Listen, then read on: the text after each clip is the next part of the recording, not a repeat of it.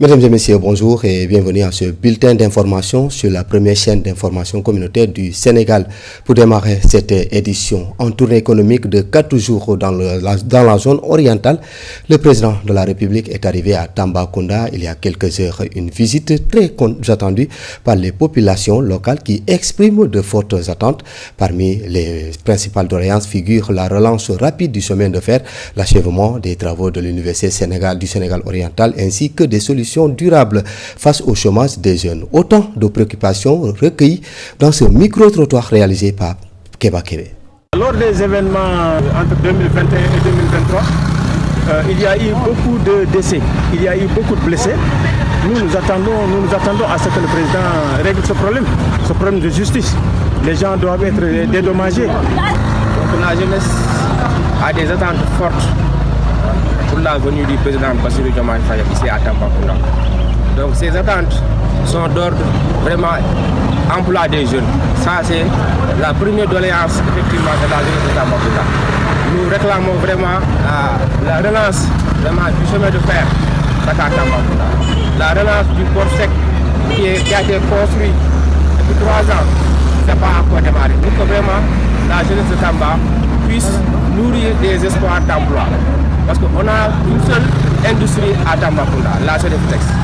Dommage que vraiment cette Sodefitex ne fonctionne pas aujourd'hui. Avec le régime sortant, il a été question de revendiquer la construction de l'Université du Sénégal oriental par la grâce du Tout-Puissant. Le chantier est en train de finir et nous attendons du président de la République qu'il puisse confirmer le démarrage des enseignements apprentissages pour le mois d'octobre.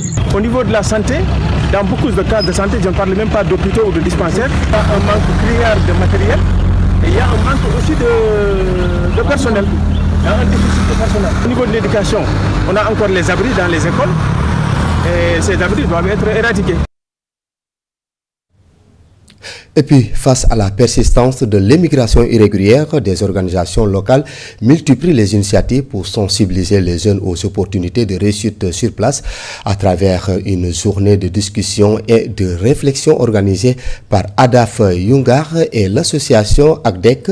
L'accent a été mis sur l'entrepreneuriat local comme alternative durable à la migration, suivant les explications de notre correspondance à Fatigue, Ndeya Missar. Une journée de discussion et de réflexion a été organisée par Adaf Yungar et l'association ACDEC pour sensibiliser les jeunes aux opportunités locales de réussir. Dans le seul but de permettre aux jeunes qui sont dans la localité et surtout aux femmes d'avoir des activités génératrices de revenus. Pour mettre en place des vidéos, définir des mécanismes et partager des solutions qu'on a déjà matérialisées ailleurs pour permettre à ces jeunes d'avoir des repères, de comprendre au niveau du développement local qu'on peut se développer. Le seul message, c'est d'avoir la confiance en soi. L'initiative part du constat que de nombreux jeunes s'engagent encore dans des périples migratoires risqués. Une bonne partie de la jeunesse a quitté le milieu, surtout où vraiment les gens vivent de pêche, les pirogues sont là maintenant sur les quais.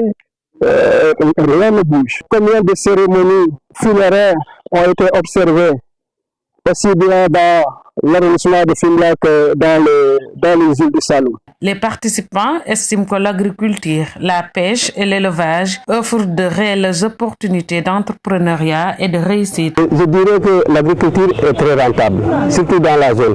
Au niveau de la commercialisation, le marché est très disponible parce qu'il y a le tourisme qui est là. Je rappelle à tous ces jeunes qui veulent aller faire l'immigration clandestine de rester dans leur terroir parce qu'ici, il y en a beaucoup de potentiel à gagner. Dans les îles du Saloum et l'arrondissement de Fimela, des organisations accompagnent femmes et jeunes vers des activités génératrices de revenus afin de freiner l'immigration irrégulière. Ndéamissar, direction Medina Yoro Fula à Tankanto Escale dans la municipalité. La municipalité a procédé à la remise de 40 motos Jakarta d'une valeur estimée à 20 millions de francs CFA aux conseillers municipaux. Cette dotation vise à faciliter les déplacements des élus, à renforcer leur présence sur le terrain et à rapprocher davantage l'administration communale des citoyens. Les détails avec Samba Diao. La municipalité de Tankanto Escale a remis 40 motos Jakarta aux conseillers municipaux. La cérémonie de remise de ces engins s'est déroulée aux locaux de la mairie. Pourquoi une telle dotation? Nous sommes partis d'un constat que notre commune, la plupart de nos villages se situent à peu près à une quinzaine, voire même vingtaine de kilomètres du siège de la communauté, de la commune. Il était nécessaire pour mettre les conseillers dans de bonnes conditions. Une épine que le maire vient doter au pied des bénéficiaires. D'ailleurs, les conseillers s'engagent à en faire un usage. La réception des motos, ça nous permet d'assurer le transport et surtout d'assister aux réunions régulièrement. Parce que le maire l'avait si bien dit ici, si vous voyez la commune de Tankanto Escale compte 82 villages environ. Si le maire convoque les réunions, il faut les déplacements, les moyens de déplacement font défaut. Aujourd'hui, si on a eu la chance de réceptionner 40 motos, vraiment c'est un ouf de soulagement pour toute la commune de Tankanto Escale et surtout pour nous les conseils qui sont là à Tankanto. Fruit d'un partenariat avec une société qui intervient dans la commune de Tankanto Escale, ces motos appartiennent à part entière aux ayants droit. Les motos ne sont pas rendues, sont données exclusivement au conseil. Chacun a le droit et le pouvoir d'imiter à son nom. L'essentiel, c'est de répondre aux exigences de la collectivité territoriale au cours de ce mandat. Cette dotation en moto aux conseillers municipaux traduit, selon le maire de Tankanto Escale, une volonté de la municipalité de rapprocher davantage l'administration communale des citoyens. Retour à Dakar pour parler culture. La langue pulaar a été retenue par l'édition 2026 du prix Cheikh Ahmad bin Khalifa Al Khani, aux côtés de l'anglais, du chinois, de l'italien et de l'Algérie. À cet effet, une délégation venue du Qatar a séjourné à Dakar pour s'informer sur cette langue à travers des expositions de livres et des échanges avec ses acteurs. Compte rendu, Aminata Abdoulaye Wade. Le prix Cheikh Ahmed Ibn Khalifa Al Thani, prestigieuse distinction internationale dédiée à la traduction, favorise également le rapprochement entre les peuples. Le Qatar, qui a initié il y a 11 ans de cela, un prix qui est considéré aujourd'hui parmi les meilleurs prix au monde, parce que le prix dépense annuellement 3 millions de dollars ou voire 4. Donc ce prix est quand même un prix spécial. Pas seulement dans le domaine de la traduction, mais surtout dans l'entente des peuples. À chaque fois qu'on décerne ou qu'on propose des langues, donc il faut effectuer des visites du terrain. Aujourd'hui, on a la langue pulaar qui a été intégrée dans le de cette année, le programme de cette année, et donc il fallait aller voir la langue pulaar. Ce prix repose sur rigueur et exigence avec un comité scientifique chargé de son organisation. Composé de savants qui vont voir les textes déjà envoyés, de présélection, ensuite sélectionnés et sur des bases très solides, sur des critères scientifiques. Donc après cela, on va maintenant dire qu'il y a des possibilités. Soit que de dire que voilà maintenant, voilà les gagnants. Sinon même, cette année, on ne peut pas décerner le prix parce qu'il n'y a pas un texte qui mérite ce prix. La participation de la langue pulaar à l'édition 2026 souligne l'importance de renforcer l'attention de l'État envers les langues nationales. Il y a beaucoup de choses qu'on peut tirer de ces langues sur le plan de développement, sciences, culture, et dans tous les domaines.